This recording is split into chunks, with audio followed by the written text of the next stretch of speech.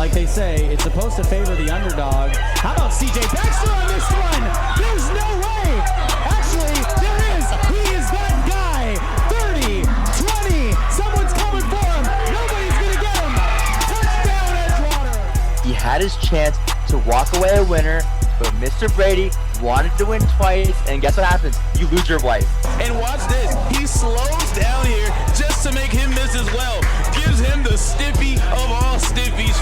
And kill 7 seconds.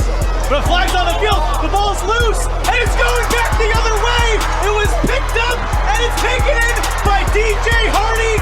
Game over.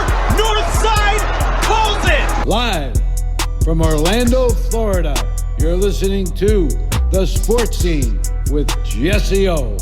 Oh, just keep swimming and call me Dory. Yep, it's me, Jesse Ough. Welcome, everyone, to The Sports Scene on iHeartRadio, iHeartRadio Podcasts, and YouTube, presented by First Bet and Sports Fluent Media. We've got a great show for you. Our special guest is actually a secret, but we talk some much-needed sports stuff, so stay tuned for that. They'll be joining me about halfway through the show. But first, please welcome back our dynamic duo of a chili cheese dog and the Hershey Squirts. And by that, you know I'm talking about my favorite color analyst, Mr. Alvin Delvey. And hold on to your hats, because the other one is here too. The resident couch correspondent, Max Ronquillo, is back, and after 2 weeks off, Alvin is hopefully prepared for what's ahead. So glad to have you both with me. And before we get into our top 5 sports stories for the week, you know I have one question for you. Alvin, we're going to start with you. The question is, what ailment, sickness, illness, whatever you want to call it, what ailment kills most fruit flies? And no, not the things we put in our trash cans in the house. Pesticides. Great guess. That is incorrect. Maxwell, your first shot at this. You actually got the last fun fact right, by the way, the one about where were fortune cookies made, and you got San Francisco correct. So Let's see if you can go 2 for 2. Pesticides. I have no idea, so I'm going to say asbestos. Asbestos. That's also a great. Dang, you guys are on it today. 2 great guesses. Both are incorrect. Actually, gentlemen, the answer is the ailment that kills most fruit flies is constipation. Oh. The reverse Elvis. Oh. Instead of pooping yourself to death, you don't poop yourself to death. That's the thing that kills most fruit flies. So you just hold in your poop and the flies die. Yeah, and then they're dead. How? See ya. They just can't poop it out, I guess. Oh, the flies don't poop out. Yeah, the flies don't poop out their poop, and then they die. Oh, I thought the you meant reverse like Elvis. Humans have to hold in their poop, and then they just smell it in the air, and then they die. Yo, you're like, out. Seriously, You're out there. For sure. We are really out here. Okay. Anyways, let's get into our top 5 sports stories. We're going to start with number 5. We're going into the NWSL real quick because Kelly O'Hara, a 2-time World Cup champion and Olympic gold medalist with the U.S. women's national team, is retiring from professional soccer at the end of the 2024 NWSL season. O'Hara, who's 35 years old, played a key role in some of the biggest moments in U.S. women's national team history, including scoring a goal in the 2015 World Cup semifinal and playing every single minute of the 2012 Olympic World Cup gold medal run.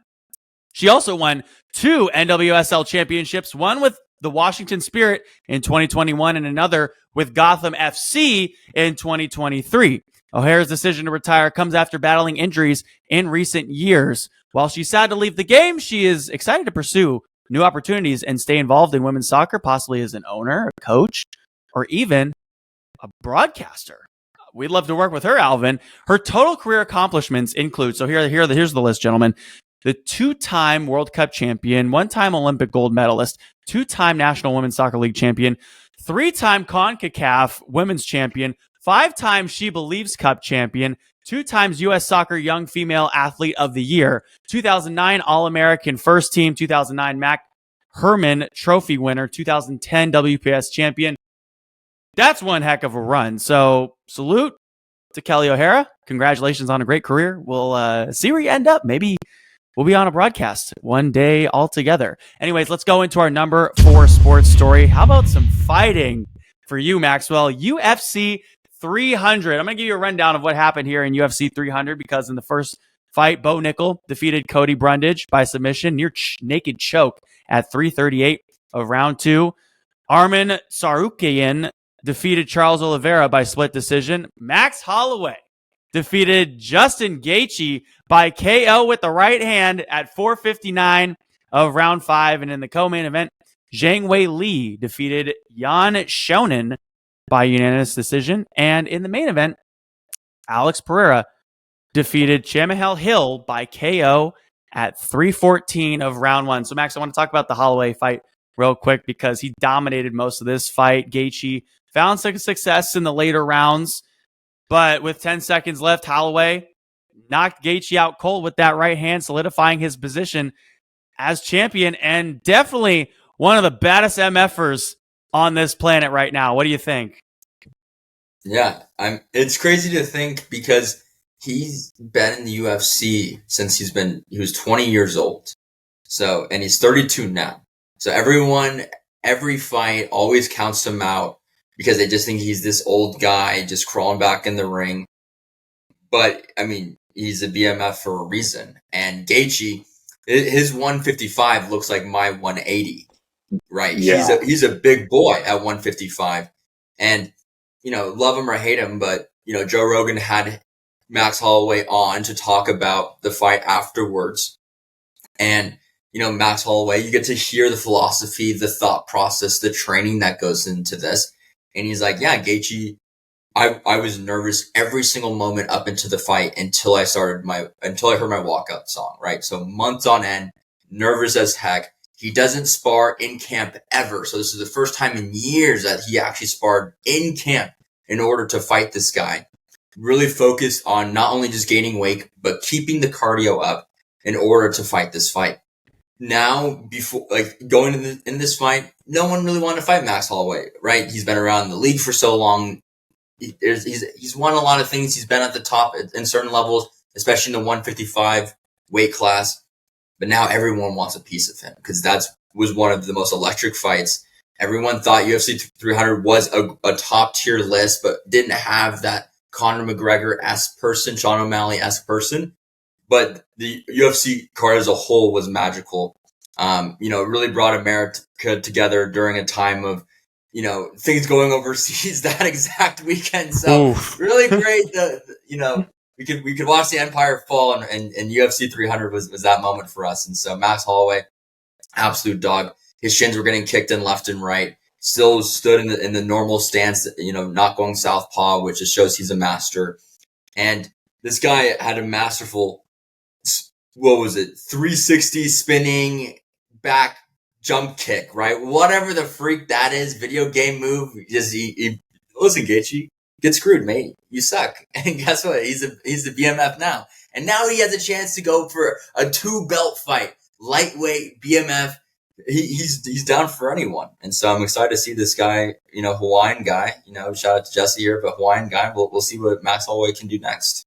Yeah, well, Max Holloway hit him with that, like you said, it was like a 360 Super Smash Bros. Brawl style kick. That dude is on another level. By the way, Alex Pereira retained his UFC light heavyweight title with his dominant performance. He knocked out Hill with a powerful left hook in the first round, Max, and he solidified himself as a champion and added another impressive win. He's still undefeated in the UFC. Yeah, I mean, the UFC is really growing at a perfect pace. More and more normies like us, right? When we first started talking about it, we got a little interested, and now it seems like everyone you talk to, every man out there in America right now is down and to totally clown with the boys and watch some UFC, which is great. It's great to just see people coming together, just hanging out, watching sports, watching men fight. And, I think 301 is going to look great. I think Conor McGregor is going to be coming out soon. So, we got a lot of great things coming this summer with the UFC. Yeah, and also stay tuned because in, I think July, is it? We have Jake Paul and Mike Tyson going at each other in the ring. And apparently it's actually like a sanctioned one, right, Max? Is that what they're saying? Fully so sanctioned it's fight. Fully going to count for their record. Fully going to count on their records.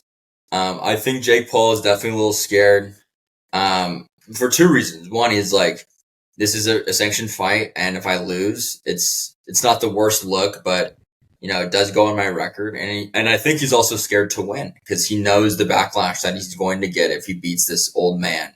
who was everyone's childhood hero back in the day. So it's a lose-lose situation pretty much. And his best outcome is losing the fight. And so like that's a lot of L's to take right there. He's going to get the bag for sure. It's on Netflix. He's going to get paid 100%. But it's a little bit of a clown show when like the UFC is so much pristine and awesomeness and honor, where this is just like a money bag grab. And so is it cool? We'll have to watch the fight to know. I'm excited for that one. Hopefully we can all watch that one together. Our number 3 sports story, some women's basketball for you, Alvin. One of our favorite women's basketball players ever, Candace Parker, a legendary WNBA player with 3 WNBA titles, 2 MVP awards, and 2 Olympic gold medals, announced her retirement. Injuries, especially a recent foot surgery, forced her to end her career after 16 seasons, but she's considered one of the greatest WNBA players of all time, being the first player to win MVP as a rookie and the only one in the top 10 for points, rebounds, assists, and blocks in the history of the sport. She also had a huge impact outside of the court, becoming a successful broadcaster, businesswoman, and inspiring countless young people. And while she's sad to leave the game, Parker is excited to focus on her family and pursue new ventures in business ownership and more. Could we see her as an owner of a WNBA team? I think that idea sounds kind of cool. But let's look back at her career real quick. What does she mean to the sport of basketball? She was not just for women's, it's literally the sport of basketball, and honestly, Black excellence in general. Because I remember my first stint just watching Candace Parker was I was in Tallahassee Middle School, and I was with my older brother Sonny, and we were watching the Volunteers go crazy in March Madness. She gets her first dunk, and that was the first time we've ever seen a dunk in women's college basketball. It was crazy. It was true madness. And she started off in high school with a Hall of Fame record. Most in school history points, school history rebounds, average double-double, won state championships, goes to the college, dominates, absolutely dominates. Back-to-back championships, March Madness appearances, MVP 2 years in a row. And she goes to women's basketball. She goes to the big leagues, and she does it all over again.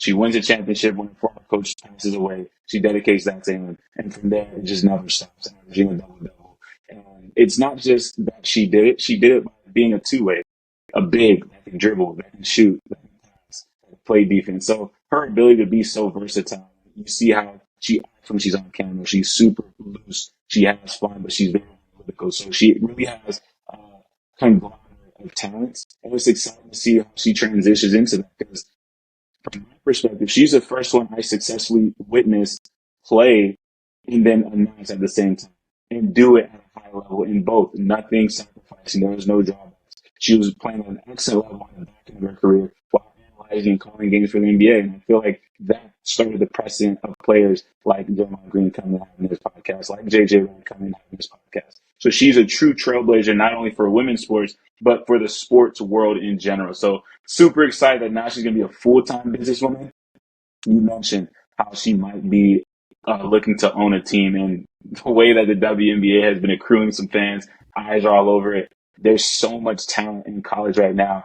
I'd be shocked if there's not a few teams coming in the pipeline. There's no Miami teams. There's a couple places that are marquee places in America that could use WNBA teams. So I would be very shocked if you don't see the likes of her and the likes of LeBron owning some of these teams. And I'm just excited to see what the future holds. A true legend in the game and Mount Rushmore for basketball fans in general. Hey, you think she could be a good coach too? I honestly If could she see wanted her to. maybe go in the coaching aspect as well. I think she could be successful in anything. She really tried, right? If she legitimately put her mind to it, because it's just so rare to be that dominant in not only high school, but transition to college and excel immediately, and then immediately excel in the WNBA. So having someone like that in the coach's corner is huge, and the respect she would get from recruits, and whether it's in college or if it's at the WNBA level, her acumen and resume speaks for itself. So I'd be best to say she wouldn't be a good college coach, NBA coach, whatever she would be, she could do it. All right, let's get into our number 2 sports story. So The NFL draft happened last week, Thursday to Sunday. All 7 rounds were completed. Max, some picks I actually really liked. Obviously, Caleb Williams going to the Bears with their new setup offense. That seems like it'll be a fit. Jaden Daniels going to the Washington Commanders at number 2 overall. I mean, if Cliff Kingsbury follows with the blueprint that helped Kyler Murray become the 2019 Offensive Rookie of the Year, Daniels could walk away with some hardware after this year. He's one of the most versatile quarterbacks we've seen in like the last 5 years go in the draft. I liked Blake Corum, the running back, going to the Los Angeles Rams. He was the best running back I had on the board, went at number 83 overall. Obviously, the Buffalo Bills drafting Keon Coleman, the wide receiver, in the 2nd round. I think that's a perfect fit because you know why? Stephon Diggs is now playing for the Houston Texans. We talked about that a couple weeks ago. We really like that pick. Hey, the Tampa Bay Buccaneers drafted a center.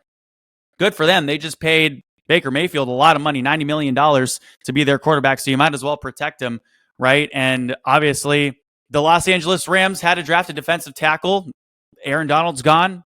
3-time Defensive Player of the Year, gone. So you needed a defensive tackle for them, so I like how they drafted a DT as well. Are there any picks that we should be noting? Any fantasy-wise picks that we should be making in either a dynasty league or looking to make in a redraft league? Yeah, in terms of the NFL draft, I really to pair with Caleb Williams, I really like Rome Odunze. Probably butchered his entire name, but he's going to be super nasty.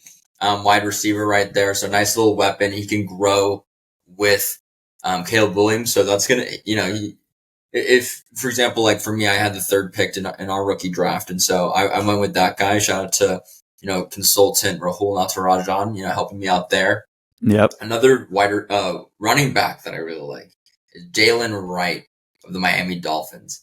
Now, the Dolphins have a stacked running back core already, but they're made out of sticks. And so, we've seen Mostert, he was electric last year, but, every single year, Jesse saw him on the Niners get injured every time. So, anything can happen in this sport, and they really went after someone who could be extremely electric in the backfield. So that's going to be pretty fun to watch whenever he gets his chance.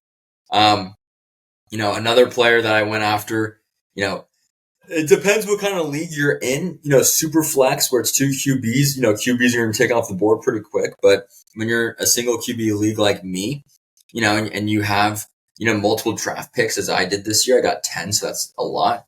I was able to snag up in the late 2nd round, big Phoenix energy. And so I know he's on the Falcons. I know Kirk Cousins is there, but, the guy's 6'3", 213.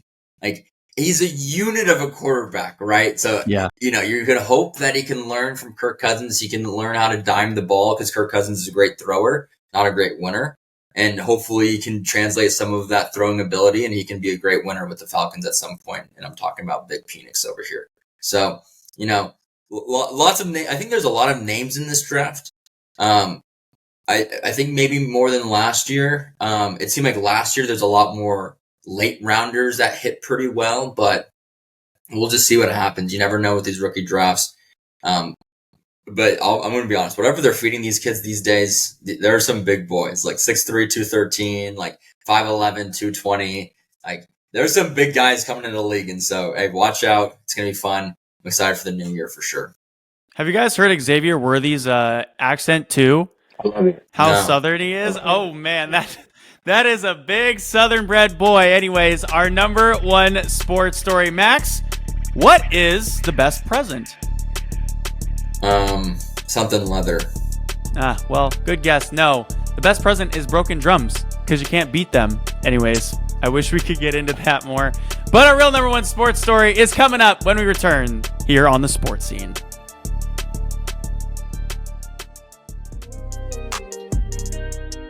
Hey, yo, welcome back to the Sports Scene, everyone. For our 2nd segment, we are going into the NBA playoffs. By the way, if you had not heard, Coach Mo and I, Coach Paul Mokeski, former NBA center and coach, we made a bracket last week on the NBA playoffs. Go check out that episode. It came out last Sunday on YouTube, last Saturday on iHeartRadio. Go check out that episode. We have our playoff bracket up online for everyone to see.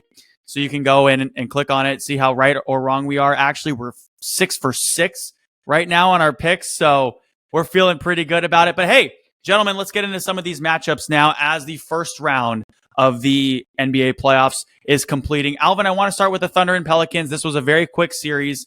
OKC won this one 4-0. They went on an 18-2 run in the fourth quarter of their last game in Game 4 to blow open a tight Game 4, and they completed the sweep of the series against New Orleans. And now New Orleans is an interesting team because there's a lot of directions that they could go after this. Like, is Zion Williamson actually worth all this money that they're paying him? Like, he's approaching Ben Simmons' level of playing status. He hasn't really been able to play since he's been drafted. Like, in 3 years, he's gotten paid all this money, and he's maybe played at most like a full season, 82 games. You know what I'm saying? Like, he came in and he was, underweight, which was good, like, or under the weight they wanted him to be at, which was fantastic for once. Like, he stopped eating all the gumbo and the jambalaya down there in New Orleans. But at the same time, this guy was having the best Game 4 I think we had seen, and then, or he had the best fourth quarter against the Los Angeles Lakers, and then he completely,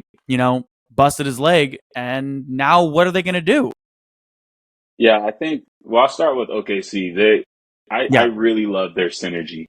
Their ability to blow a game open and honestly just lock in. And I know it sounds super, super simple, but the ability to understand that games are ebbs and flows, and they could be down 10 and they know it could be Shea hitting the shot, Jalen hitting the shot. Like, they have a bunch of guys that can get to it, get loose on offense.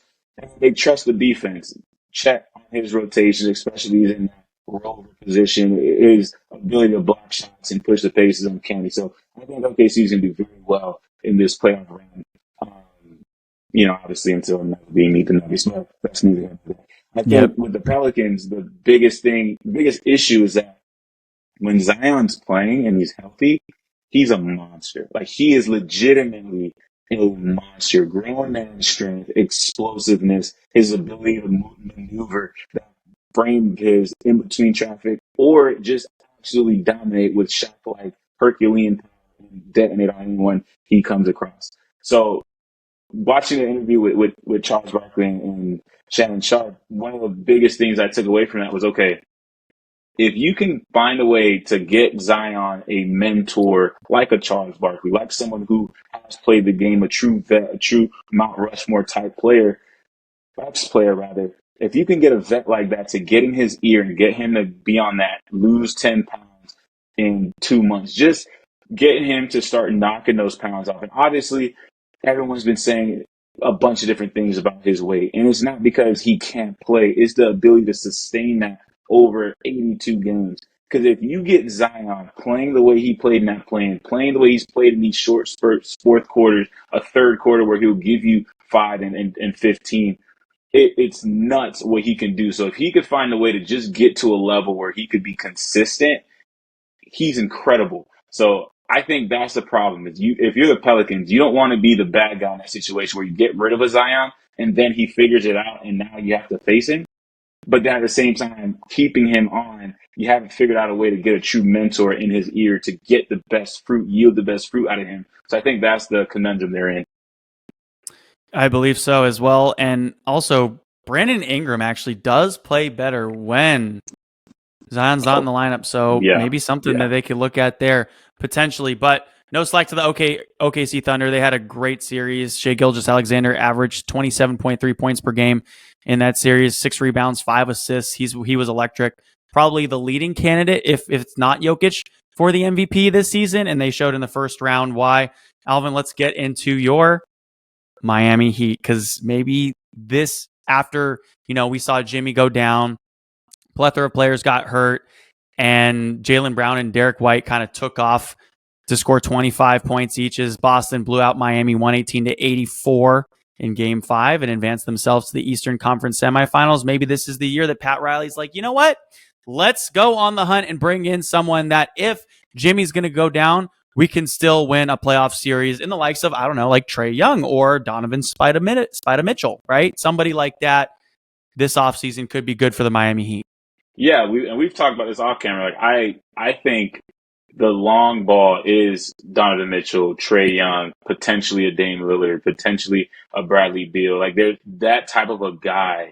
Granted, what we would have to give up to get him, but the biggest issue with the Heat so far that I've witnessed, obviously, you're going to get to the Celtics, and the Celtics have shown a lot of deficiencies as far as when Porzingis isn't on, mainly when Jason Tatum's not on. If you have the right guys, the game could be won. The Heat did not have the answer for the problem that the Celtics provided.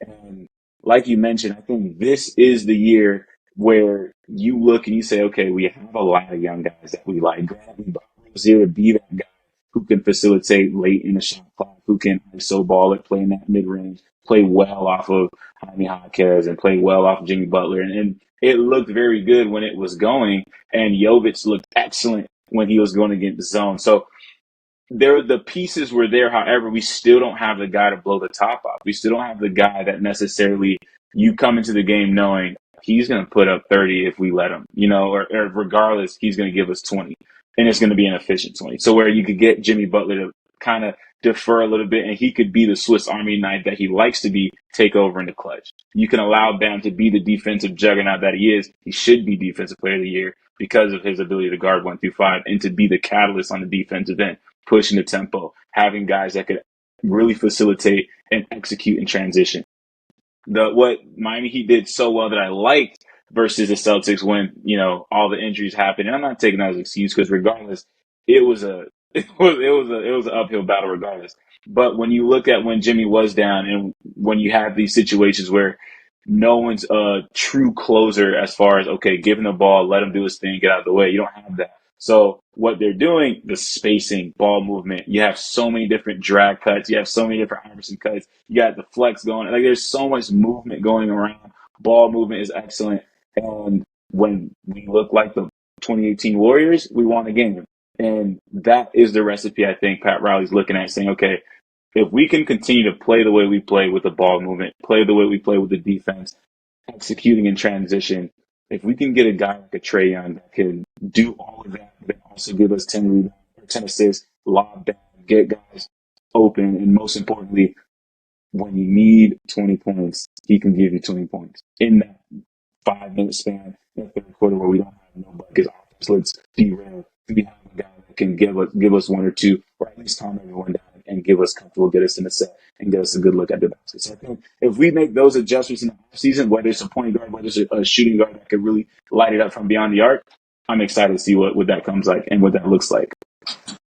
The playoffs are a battle of attrition, and the Celtics have easily the easiest path to the finals this year, right? In the next round, they're either going to face the Cavaliers, who Jarrett Allen's been in and out of the lineup, the Orlando Magic, who are good, but quite frankly have not been that good this season. And then you get the winner of the Pacers and the Knicks now, and the Knicks are without Julius Randle for the rest of the season, right? So the Knicks have the easiest path to the conference finals. The Pacers do like to push the pace a little bit, but I mean, the Pacers were able to get past the Bucks team where Damian Lillard, allegedly had the best lineup around him that he's had in years since he had CJ McCollum and Nurkic when he played for the Portland Trailblazers, but Dame just couldn't get it done. He got hurt that one game as well. Giannis has been out, so it's just also sad to see Doc Rivers go into this team and then it just completely comes apart. And then the 76ers obviously losing to the Knicks, right? Like Joel Embiid in the playoffs turns into Dak Prescott, essentially. So the Pacers and the Knicks, whoever wins that one is just going to go and play the Celtics. Both teams are banged up. Both teams are hurt. Halliburton was out for a majority of the second half of the season with a leg injury.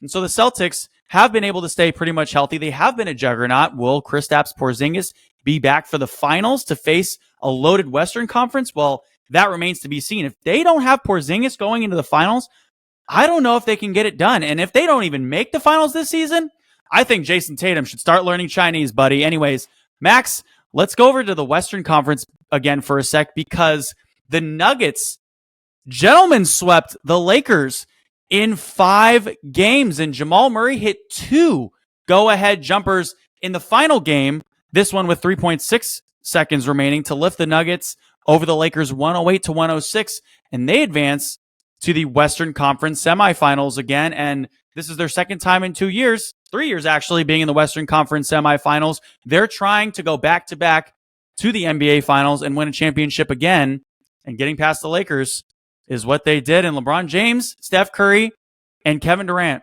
for the first time in what feels like our entire lifetime, are not in the second round of the playoffs. Yeah, Jokic is, he's the NBA's version of Marshawn Lynch, right? He's just there to grab the bag, play the game, win the games, and not care. I was watching a highlight reel of him just answering interview questions of just like, when's the parade? Thursday? Nah, I'm going home to my family. Like, dude, that's what he's going to do. He's here. Nothing can pressure this guy, and he's already the best player in the league right now. And so if this guy has nothing to lose, nothing to win, and he's just there to play the game and at the dominant scale, yeah, they're probably going to be my pick to go all the way. And unfortunately, yeah, we're not going to see some of the legends in the game. That's what happens with age. Braun being one of them. And I mean, I don't know what to say. Besides, yes, is he the most talented basketball player of all time? Sure, buddy. You suck. Like, you don't win championships. What do you want from me? You're asking me is he the best? Okay, that's fine. What his record is like 4-8 or whatever it may be. I don't even know. He's been around for too dang long to even care. I am excited to see him with his son. That'd be cool. He's probably going to the Heat for everything that I heard. Yeah. So he's probably going to be back in Miami. It's going to be chill. His son's definitely not going to be anywhere near as good. It's all going to be some Lonzo Ball type show. But it'll be interesting to watch, and then it'll be great because then this will be the last time we ever have to watch this again. I mean, if his son's great, that would be pretty cool to see. Unlikely though, because if he wants to be the GOAT, then buddy, like your son's going to be trash. That's just how it works. And so, yeah, see you Lakers. I'm excited to see the Nuggets play because I like Jokic. He's a cool guy, and unfortunately, yeah, for the Celtics, I don't think they can get it done. They was he supposed to win like 5 championships in 5 years or whatever, and like they just can't. They're like the Dodgers, bro. They just can't get it done. So it's going to be a great NBA Finals. Jokic is going to be a dog, and he's just going to fly home before the parade. So easy money like that. Yeah, I think Jaylen Brown has now, 3 more series to win 5 championships. Yeah. So that we should just You can't have baddies interview these guys because they're talking wild. Taylor Rooks, man. That dude thought he was prime Jordan. So out of pocket. Also, the Rizzler, bro. Yeah. One thing I did hear was, who has a low draft pick, and who LeBron could actually help come into their own. Not that he already hasn't, but a team that's going to have a very high draft pick because they were so low in the league this year, the San Antonio Spurs. I did also see that. Because if you draft Bronny, you're inevitably going to get LeBron. For sure. I mean, so there's your point guard, your small forward, and your center. By the way, Victor Wembanyama is probably going to win that Defensive Player of the Year. Since Bam probably will not win. But, I mean, Victor Wembanyama had one of the most incredible seasons at the 5 position, not guarding 1 through 5, but at the 5 position defensively that we've ever seen. And he's just a rookie as well. My only thing, Defensive Player of the Year, I get like Rudy Gobert, I get it because you watch him play and they're on that's the best statistical defense. I get it. But then when you're looking at Defensive Player of the Year, I'm thinking the most impactful, the person who instills the most fear in not only the players but the coaches. Victor Wembanyama is for sure up there because I have not seen a 3-on-1 fast break with Rudy Gobert being the one and it not end up in a chest-to-chest posterizing clip that's number 1 on ESPN. If with Wembanyama, they're not even taking a shot. And then with Bam, he's going to guard the point guard. And if there's a screen, he's going to guard the 2. Then he's going to guard the 3. Then he's going to guard the 4. Then he's going to do the 5. And then he's going to do the rebound. He's going to outlet it. Now, will they score on that position? Probably not. But defensively, in my opinion, it is either Wembanyama or is Bam. No shade to Rudy Gobert. Obviously, he's up there. But not this year. You just can't not give it to any of those 2. And in our final series that has wrapped so far, Anthony Edwards scored 40 points, helping the Wolves to a 112-116 win in Game 4 that seals their first playoff series win in 20 years. Anthony Edwards, averaged 31 points per game in the series and 8 rebounds per game and 6.3 assists. So this guy kind of looks like the second coming of Michael Jordan. Now, they're going to play the Nuggets in the second round, and usually in the second round, that's kind of when, a wealth of playoff experience starts to show itself, and a lack of playoff experience also starts to show itself. I think also that's going to be the thing that bites the Thunder in the butt as well, because the Clippers and the Mavericks both have playoff experience, both have guys on their teams that have a plethora of playoff experience, so the Thunder haven't been here before. That being said, I can't believe, Alvin, that Anthony Edwards has me rooting for a team that has Rudy Gobert on it.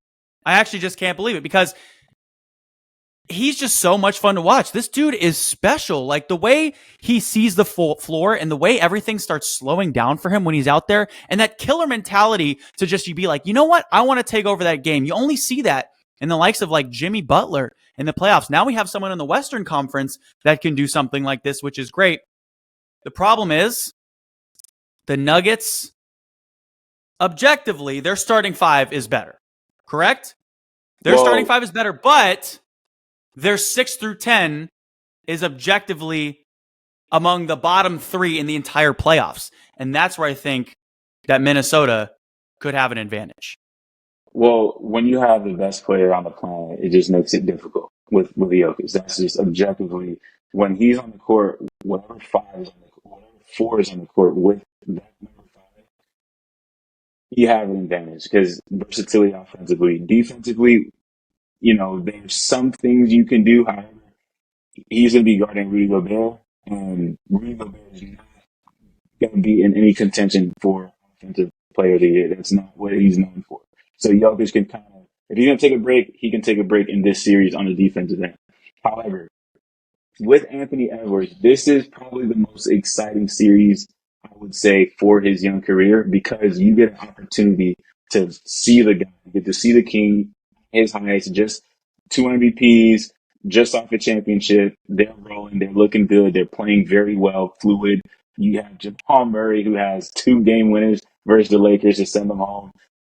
You have all the ingredients to have an excellent series. So if Anthony Edwards steps up like he did in the last 3 games, 40 points, 9-6, 36 points, 9-5. And in each one of those games, he has a play that makes you forget that he's in his early 20s. This is his first time really in the playoffs going deep. He has a play like that every single series. And depending on that moment, you can really explode the crowd and utilize that momentum to go on a run. And granted, the experience is going to come in, right? We know what the Nuggets are going to do. Everyone has them winning a championship this year.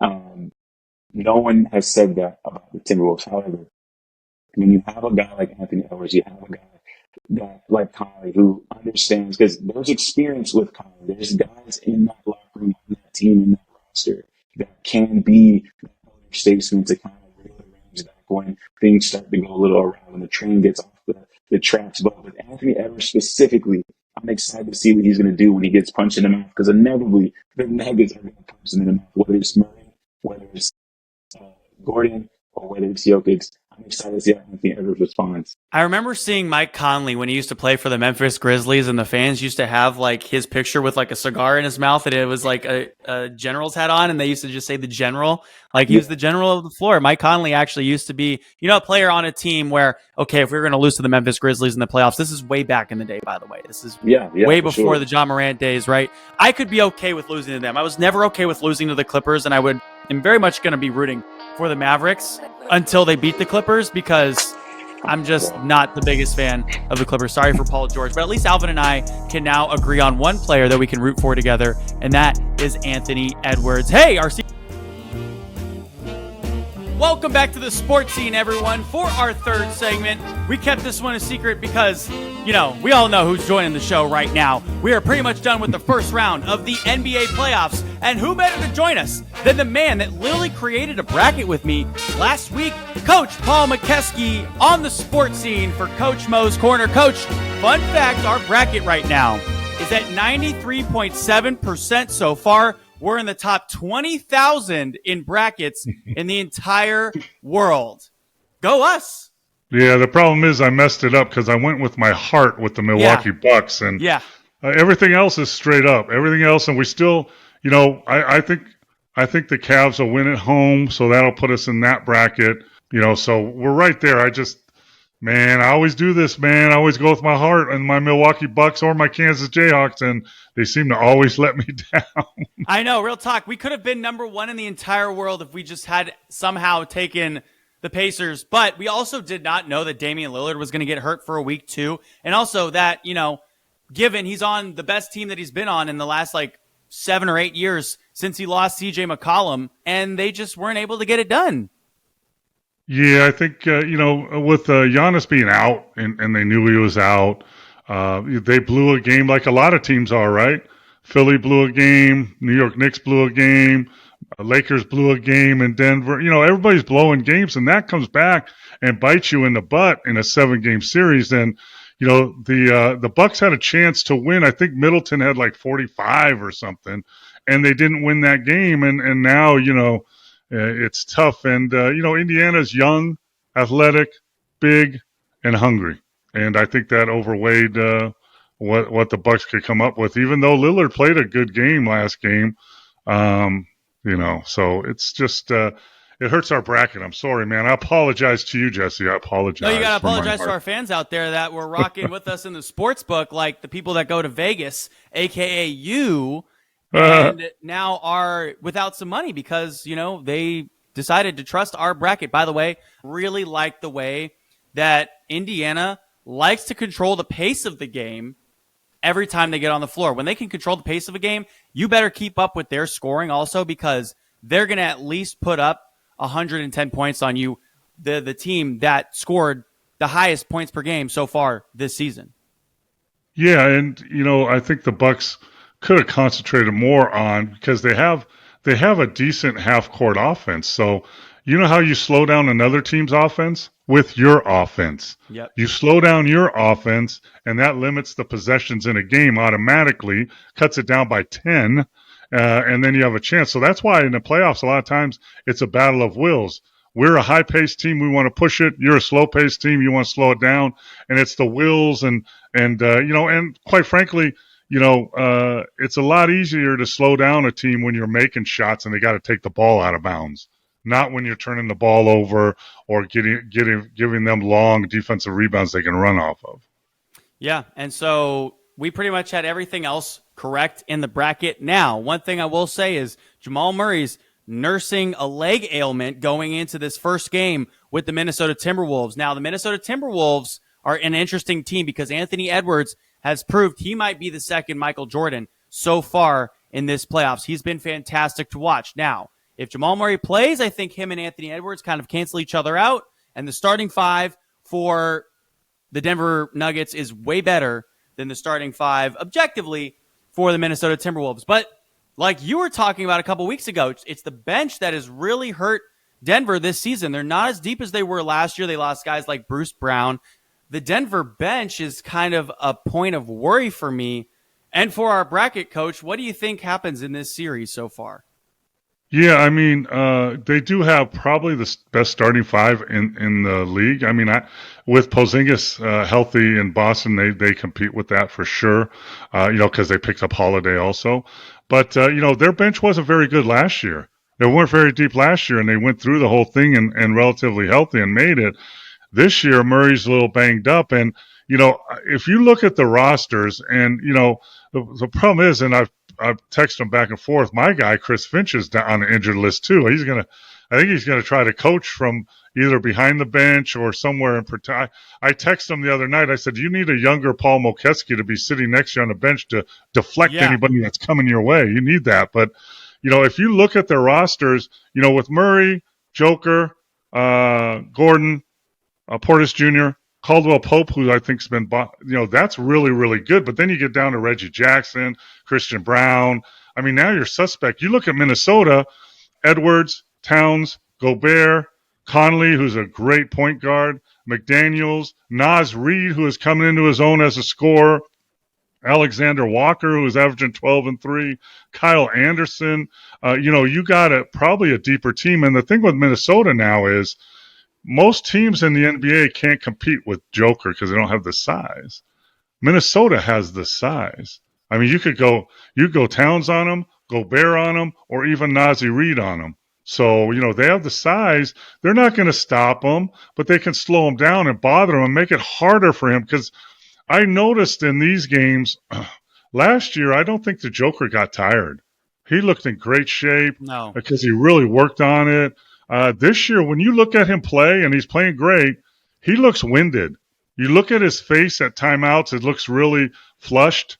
And that's going to be if you can, like, if I was strategizing, I'm going to throw these big bodies at him, and I'm going to make him work for everything he has to get.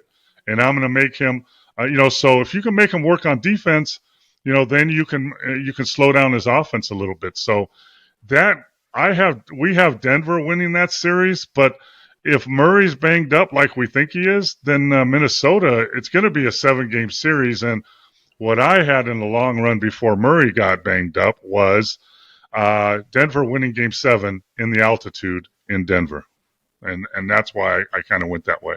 Yeah, I agree. I think, one thing that's hard about defending back-to-back championships is that you don't get a lot of time off in the offseason, Coach. Like, you get maybe like 2 months off, and then you're right back in training camp, and you're training to get back into shape for the next season. And, the guys that missed the playoffs last year, a.k.a., right, the Minnesota Timberwolves, they had a lot more time off in the summer and into the fall than the Denver Broncos did. So maybe that, can contribute to the Joker being a little tired. But also, looking around the league now here, what are the Clippers going to do? We said it was the year of the Mavericks, and obviously the Mavericks took care of them in, 4-2. But what do the Clippers do? They have James Harden. They have Kawhi Leonard, who just clearly can't stay healthy over the years. And then Paul George, playoff P, quote unquote, as what Alvin likes to say. But he was not great in their closeout game. So do they keep that core together? Do they blow it up? Does Paul George come to the Warriors?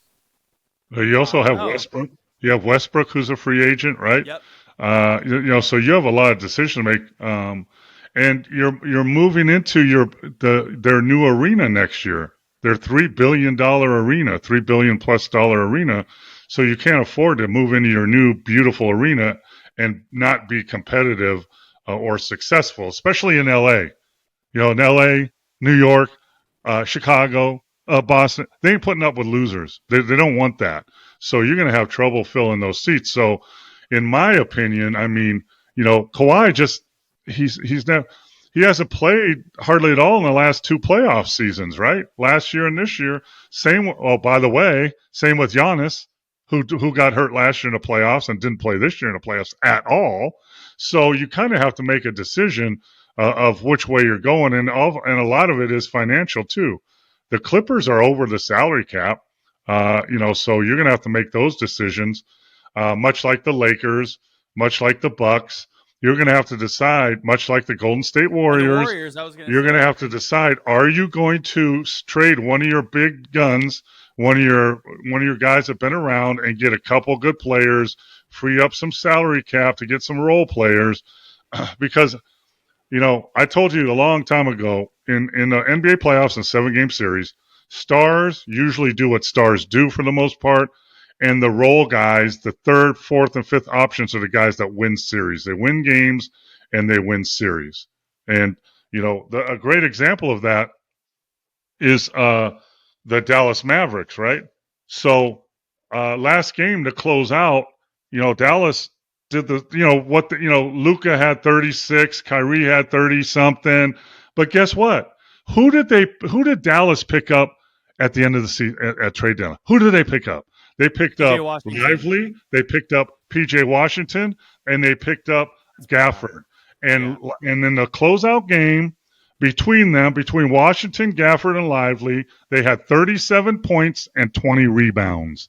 And that's why I think they're the surprise team. But it's not Luka's going to be Luka. He's banged up. But those guys are the big things. And that's what Warriors, Lakers, Phoenix, Clippers, they're going to have to decide. And it's a hard decision now.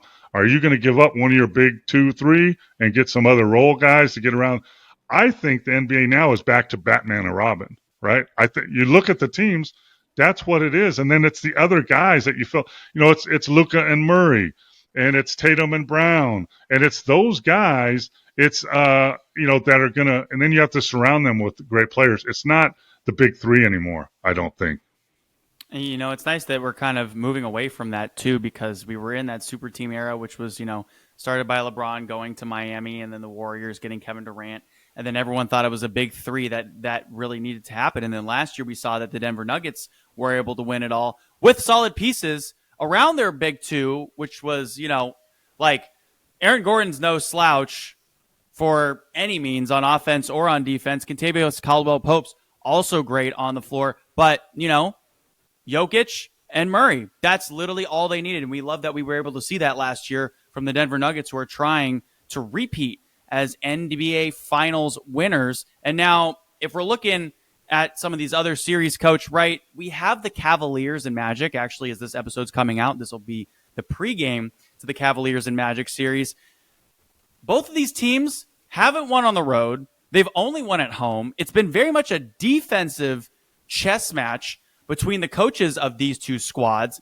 Yesterday in the game, Donovan Mitchell for the Cleveland Cavaliers puts up 40-something points. 50. And it was half of his team's points in the game, and they lost. And 50. he's on a bad leg as well. What do you think happens in Game 7 of this series? Donovan Mitchell was unstoppable. He scored 50. He had 50. Yeah. But the problem is, Garland, they're one of the best backcourts in the league, right? And Garland had 21. But then the next guy is Strus with 10, and everybody else had 2, 3, 2, 4, 1. And you look at the Orlando Magic, right? Banchero had 27. Wagner had 26. Suggs had 22. So, they're more spread out. And, I think, that the Cavs, I think they have the advantage. I picked them, right? Because they're going home. Yeah. And it looked to me like at the end of the game, like Mitchell was kind of defiant, like looking at them like, okay, I got 50. We need our guys to step up. We just talked about that, right? Yeah. You can't have one guy. It doesn't work that way, so you got to have the other guys, step up and do their thing. That's what Denver does. So I think in the long run, I think the Cavs are going to win at home and then move on in the playoffs. Okay. And now my final question for you, Coach. Do the Celtics make it to the NBA Finals and win the NBA Finals without Kristaps Porzingis? I don't think you're going to need that. I think the Celtics in the Eastern Conference at least. Yeah, I think the Celtics can beat Cleveland or Orlando without Porzingis. They're that good. Yeah. Though they can beat them. So if I'm Boston, I'm just looking at Porzingis as the next round. You look at the next 2 weeks, don't even think about it. I don't care unless it comes to a game 7, we have to win. You're not playing no matter what. You feel great? That's great. Sit down, rest, see you later. But I don't think, they need Porzingis to make the run that they can make. But look at the East, though. Bucks are done. Philly is done. So, who is your big competition in the East? Cleveland, Orlando. It's just not there anymore. Knicks, baby. Madison Square Garden's been popping off. Yeah, the Knicks, but they're without Julius Randle, right? It's a battle of attrition in the playoffs, Coach. Yeah. So best ability is availability, right? Yeah. So we're talking about the Bucks, my Bucks, right? They're missing Giannis and Dame, right? Dame. That's okay, let's go, Denver. No Joker, no Murray. Let's go win the game. It doesn't happen that way. But I think that the Boston Celtics are built now. They're deep. They're one of the deepest teams in the league, if not the deepest. They can absorb Porzingis for now, maybe even against the Knicks. Maybe against the Knicks. I think they could. But then, yeah, but then if you're going to go to the finals against Denver or Minnesota, I think you have to have Porzingis. You have to have that size, right? Yeah. We saw Miami last year try to beat Denver with no size, and the Joker was making it a joke because they had no size. Yep. So I think if Boston's going to I think they'll get to the finals, and if they do, they need Porzingis. I mean, unless you go to Game 7 against the Knicks or something, maybe he doesn't even play for the next month. You know, but Yeah. those are serious injuries, though, Jess. Those Achilles and calves, those can pop. We know from KD, his popped in the Toronto series years ago. Yeah. So that can go at any time. It's not like a knee or an ankle. It's like a hamstring. It can go at any time. And I've been there before. I haven't done that part before, and I've seen it happen, though. You can feel really, really good. You can go through all those drills and full contact, and then when you make a move in a game, it's a different story. So I think the Boston Celtics can get to the East Finals maybe without Porzingis, but to win the championship, I think they need him in the finals. Okay, Coach. Actually, I have one more question for you because I just love talking basketball with you. Okay, are we still feeling confident about our picks here? So we have the Nuggets over the Timberwolves, and we have the Mavericks over the number 1 seed, the OKC Thunder, who were able to absolutely banish the Pelicans. They smited them 4-0. So then that's what we have in the Western Conference. And then in the Eastern Conference, we have the Celtics winning out till the finals, essentially. And then we picked Milwaukee, obviously, over Indiana. But for the betting people out there, do you have the Pacers or you have the Knicks? Yeah, well, let's talk about OKC just killing and running over without Zion. They didn't even have Zion. Yeah. So, that's not really real. I think OKC is an up-and-coming team. I still think they're too young. I still think, Holmgren has length, but he doesn't have bulk. So I think that's going to be a problem. And the more, I didn't believe, we talked I didn't, Kyrie and Luka don't work together. That's why I said, I take that back. They are. And they feel for each other. And if you got Luka and Kyrie on your team and you picked up those 3 big guys, I mean, you're going to be a hard out, for anybody. So, I think Dallas beats OKC. Obviously, I picked the Bucks and they're not in it anymore. So, No. I think, Minnesota, I mean, with Murray hurt, I mean, that I should have went with my heart there and picked Minnesota, maybe. But then Murray doesn't get hurt, and then here we are. We're having the same conversation. So I think if Murray's not hurt, and even if they get to Game 7 in Denver at that altitude, I think they know they know how to do that, and I think they get by. Right? Okay. Yeah, I think so too. And then but then who do you have? Knicks or Pacers? Home team, right? A little more playoff experience with. A little bit between Dante DiVincenzo, who played, a little bit of playoff games for the Warriors, right? He was on Milwaukee, got some playoff experience in Milwaukee as well. Jalen Brunson had a playoff experience last year, and then the year before also had some playoff experience with the Dallas Mavericks. With Dallas, yeah. Indiana has no playoff experience except for Pascal Siakam, who's actually won an NBA Finals. So that could be interesting, right? I still give the edge to the Knicks, because let's face it, in the game before the elimination game, Brunson screwed up. He got his shot blocked, then he threw the ball away. But really impressive how he came back the next game. And they were in the same situation in the last 2 minutes. And you could tell they learned, they processed. We can't do that again. We need to do this. And they did. So I think their learning process, and we remember Brunson was playing with Dallas in the playoffs, and I think Luka was hurt. So Brunson was the show. So I give the edge to the Knicks. They got the Garden rocking. I think the league loves the Knicks being in it. So I give the edge to the Knicks. But, Indiana, has been surprising people all along, but I think their surprise has run out. They're like the Cinderella story in the NCAA that finally they got to the Elite Eight and they ran in against somebody better. Yeah, that's usually how it goes. Coach, thanks so much for joining me. Let's talk after this second round. Sound good? Absolutely, man. We will talk. Right, that is the first round recap with Coach Mo and Jesse Ough. One more segment coming up on the sports scene.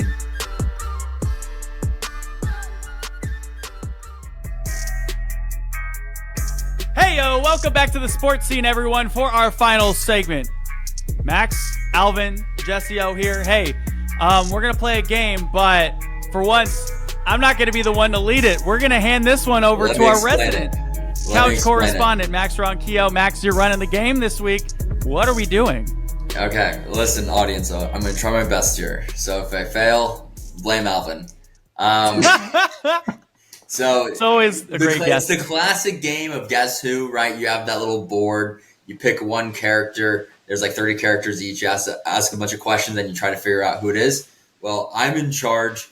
They both have to think of the sports player that I'm thinking of. It's one player each, so you guys, it's a different player for each of you. We'll try and do 5 rounds. If they get it right on the first rip, that's 5 points, all the way down to 1 point. I'll give them a couple clues. They're gonna ask some questions. We'll see if they can get it. So Jesse, we'll start with you. Okay. And for your first player, I'm going to give 1 clue on this one. So he's won a World Series MVP. So you can either guess or ask a question about this player. And if I get it wrong, is that negative points or no? No. Okay, he's won a World Series MVP. You can ask a question or you can guess. Okay. Oh, I know you, and I want to say that it has something to do with the Dodgers because I'm a Giants fan and I hate the Dodgers. So my guess is Corey Seager. Dude, he got it off a rip. Dude, I know, yes! All Boom! right. Let's That's freaking go, baby! All right, I'm pretty impressed. I was thinking about to the Dodgers World Series, and I was like, Max is definitely going to talk about the Dodgers because I freaking hate the Dodgers with all my heart. He also won one with the Rangers, and so hey, good Oh, right he there. did just wear. Wow, Yeah. Just 2-time. Yeah. So hey, Wow. that's 5 points off the jump. Hey, I ain't looking good. Let's go. Yeah, okay. Looking terrible. Wow. So I'm gonna give you 2. I'm gonna give you 2, Alvin. 2 right, hints let's do it. because you're probably gonna need because it's baseball, right? This round's baseball. Oh yeah. Oh, man. Yeah. I should have announced that. All right. So this guy plays in the East. Okay. So he plays in the East, and he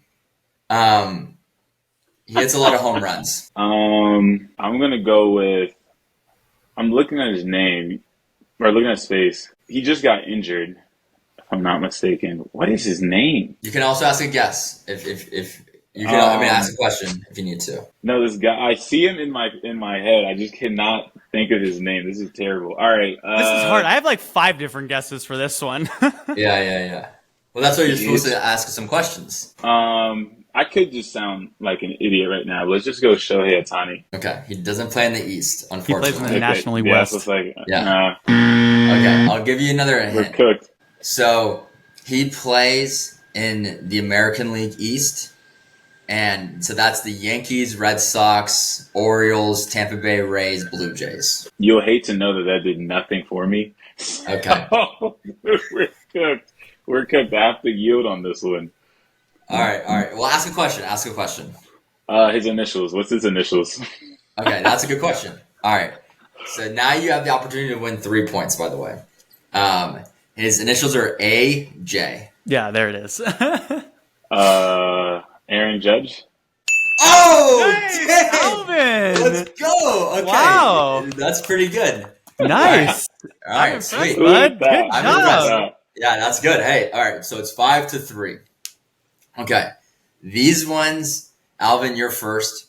These are retired basketball players. Oh, okay. Okay.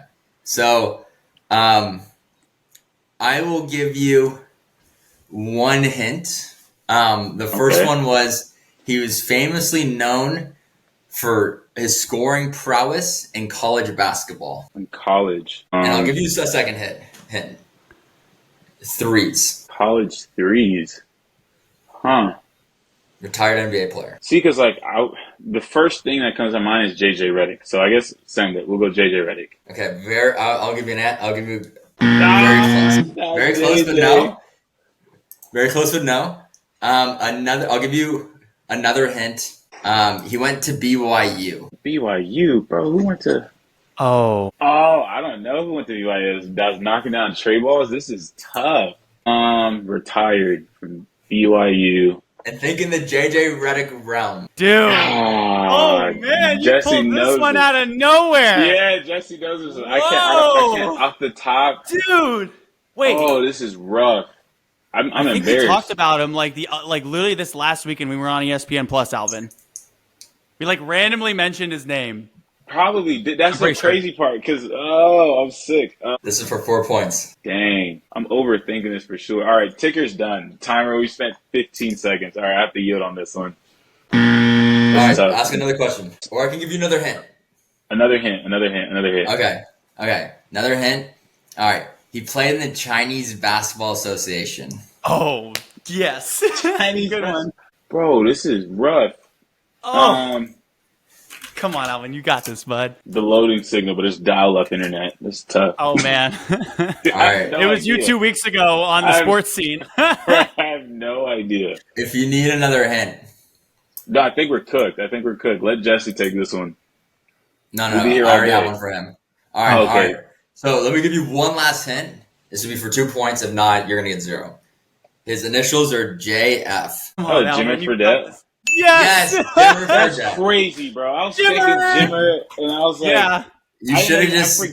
I forget he was BYU. I thought he was. You should have just Yeah, sent it, that's man. tough. Okay. 3-point shooting prowess in college, and then, Yeah. in the NBA, it was whatever. He made that one half-court three that everyone was like, oh, Jimmy, wait a sec. And then that's when people rough. started yelling, like Jimmer, like when we were like 2010 on their middle school basketball teams, you would yell Jimmer when you shot from half-court, and now no one even knows who he is because Steph Curry is, Steph Curry. So Exactly. To everyone out there, I'm sorry, Jimmer. Yeah, that was a tough I loved one. you. yeah, you need to throw a big apology to Jimmer for That was rough. Yeah, I it was ain't looking thinking good.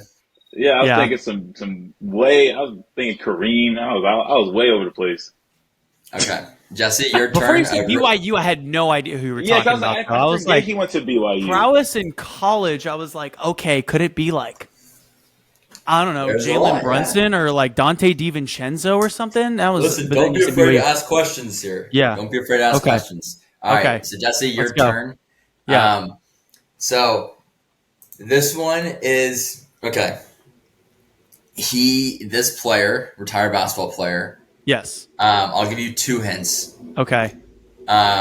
He won an NBA championship with the Miami Heat, and he is an 8-time or more NBA All-Star. It's easy money. Okay. I'm gonna guess 8-time or more All-Star, and he won a championship with the Miami Heat.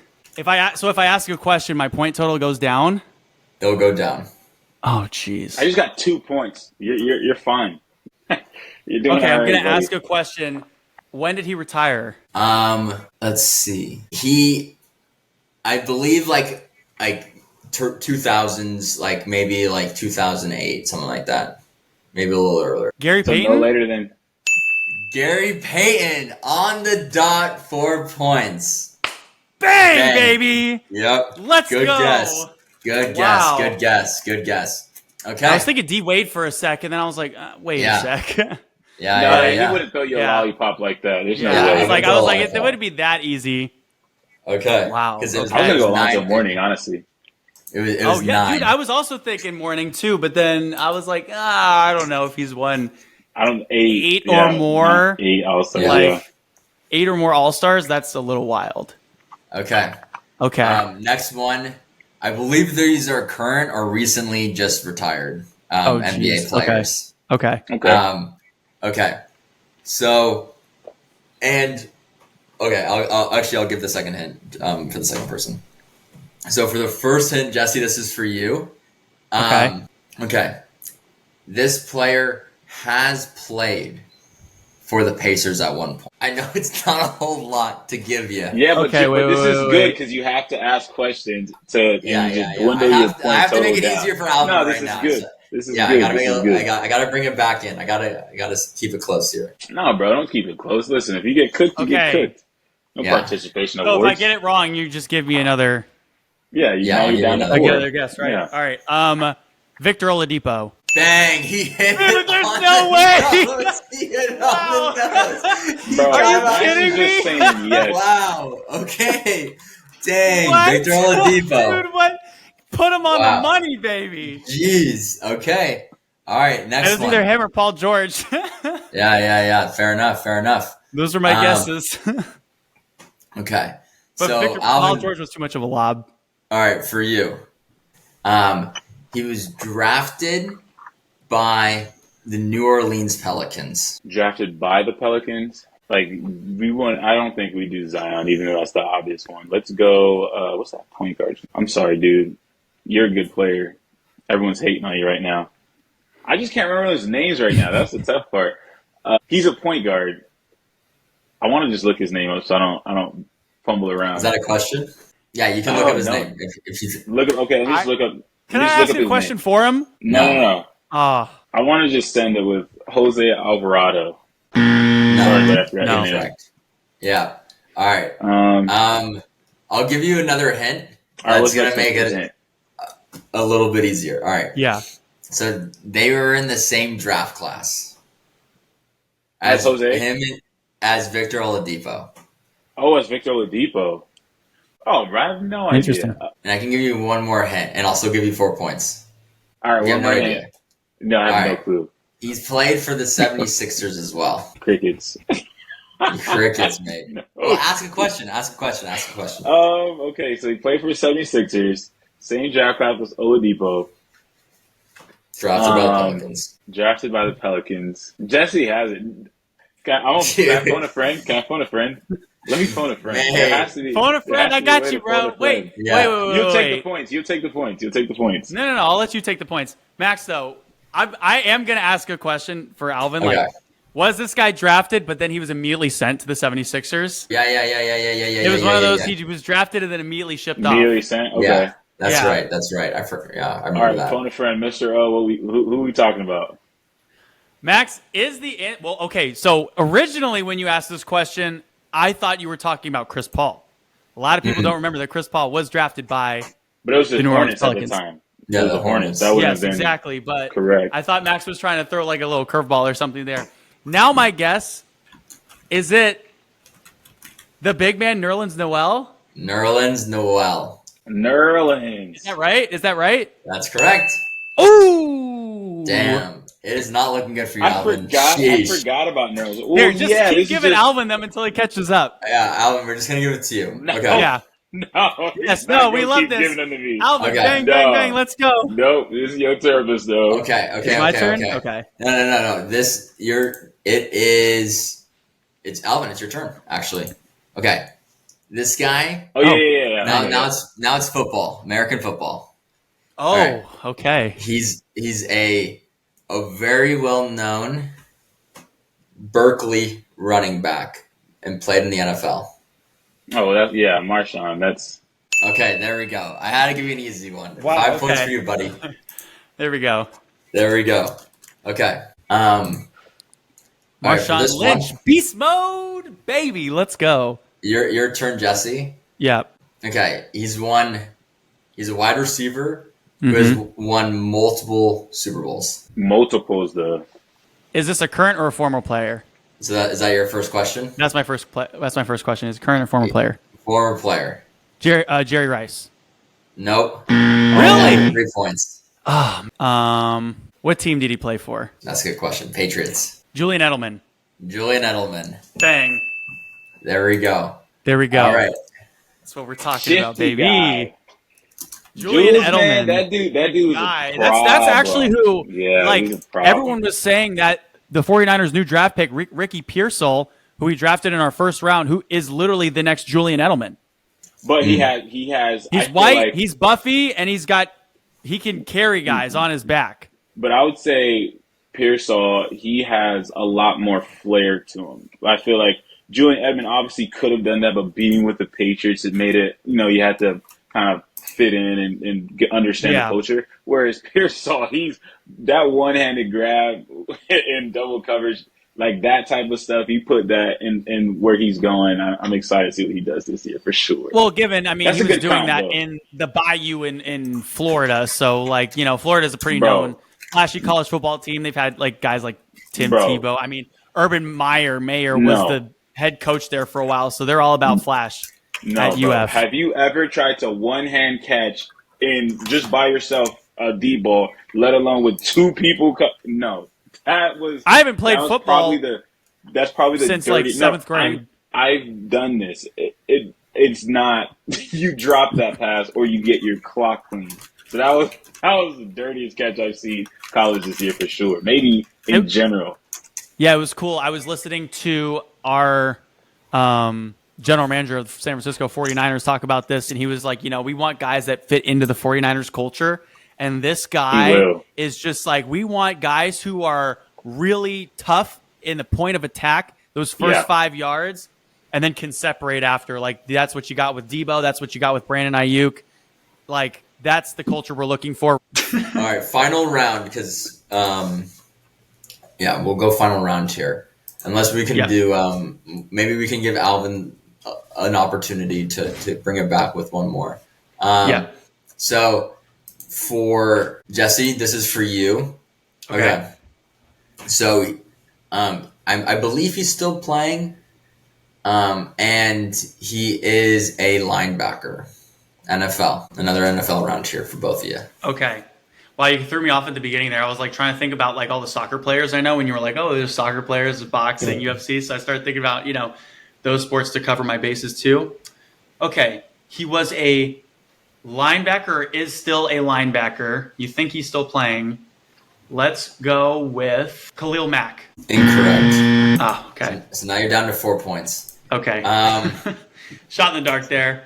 So for this guy, he played in the he was a very well-known player in the AFC West. So that could have been Khalil Mack, actually, but it's not. What team does he play for now? I believe the Browns. And then AFC team, final hint, Broncos. Wait, so he played for the Browns and the Broncos? Yeah. In one season? No. Oh. Yeah, bro, It's not Jordan Hicks. Is it Devin Bush? Oh, you guys don't know, huh? Alvin, I'll give you the points if you can steal. I'll give you 5 points if you can steal. No, I don't. I'm thinking like Eric Hendricks. Let me confirm that he played for the Browns. Okay. I was thinking about like... He didn't play for the Browns. Okay, wait a sec. Wait, rewind. I was like, the Browns are definitely not in the AFC West. So I was so confused. The Broncos were the team in the AFC West. Oh, okay. But I'll give you another team then, the Rams. Von Miller? Von Miller is the answer. I'll give you 3 points. I was thinking Von, so you said the Browns. Okay. So I was like, once you said the Browns, I was like, okay. Who? I was trying to think deep. Like, I only know Jordan Hicks, Eric Kendricks went to the Chargers. That's on me. That would have been right. That's on me, folks. Okay. All right, Alvin. For you, the finale. He has won. He has won an NFL MVP award, and we'll start there. MVP. I don't think he's still playing. He might be. And offensive player, obviously. Yeah. And I want to send... I automatically go to Cam Newton just because love what he's doing with the pod, love how he's conducting himself and trying to, be mature in all the roles and hats that he wears. That's a good question in the stratosphere. I'll give you're in a realm. You're in a realm. It's not Cam Newton, and I won't allow that for point deduction, but it's in the. That was a good guess, though. If it's in the round, I'm gonna go Lamar Jackson. He said he's not playing. Oh, he says he's not playing. He might probably not playing. Probably. Okay, probably not playing. Okay, or on his way, definitely. Out. Okay. So on in the his realm, way out, he's probably a quarterback. I would say, or he might be already out. On his way out, I'm gonna say Aaron Rodgers then, because possibly or already out. Already out. If he's already out, then we can go Tom Brady. Wait a sec. Let's go Tommy B, your boy. He's gonna be on Fox. He's gonna be on Fox. The number one team. Another good guess in the same strategy. Like he has a connection to. Like we're just gonna start rattling off all the quarterbacks that's won MVP. Yeah, pretty much. I don't know if he's a quarterback. One more for the road. One more for the road. My final guess. Take it or leave it. Hey, good game. Let's do. So I already said Cam. That was no. Lamar was vetoed. Brady was vetoed. Rodgers was vetoed. So the fifth and final guess. Let's go. Since you brought up white something guy from New York, just like every other Think white quarterback. guy. That's white why guy. I said Cam and Think Lamar white first. guy. Outside of that, it wasn't that. So all the others are white guys, Jesse. I know, but there's a major white guy do- quarterback that you're missing here. I'm thinking since he went New York, let's do let me do a Manning. Let me just go no Manning. I'm gonna Alvin. stab myself with this microphone, Alvin. All right, think a variation of natural light beer, and then just I know that's you'd understand if you knew the player was. It doesn't. Literally Yeah, you does don't not know. help. You don't know. All I right, have Jesse. no idea. You know that who made it it is. worse. You know All who right, it is. Jesse, take I it. do. Yeah, Take yeah. it. I'm sorry, Alvin. It's Matty Ice. It's Matty Ice. Matt Ryan. Yeah, Matt. His connection with Tom Brady, 28-3. And then Cam Yeah. Newton, they're in the same division. You know. Yeah. Yeah. Matty Ice. All right. Matty Ice. Well, That was good, Max. I like that. I'm not going to Good. count the score because it's not looking great. Oh, of course not. Yeah, no. But no shot. yeah, actually, let's count it. So, Jesse, Yeah. you have 19 points. Alvin, you Okay. have 10 points. Unfortunately, All right, Yeah, well. down by 9. Oh, man. Well, we'll Yeah, give Alvin baby. a chance to come back next time, 100%. Hey, Max, that was actually awesome. Thank you all for tuning in to our show on iHeartRadio Podcast, and YouTube. And if you want a little more sports madness in your life, we're on iHeartRadio Saturday mornings at 10 a.m. Eastern Time. We're on Chilltown Hoops on YouTube. Subscribe, comment, download the show everywhere else at 10 a.m. on Sundays. And next week, obviously, we'll be back with a lot more sports talk. So stay tuned. Until then, for Max and for Alvin, stay happy, stay healthy, and we'll see you right back here on the sports scene with Jesse Ough, presented by First Bet and Sports Fluent Media.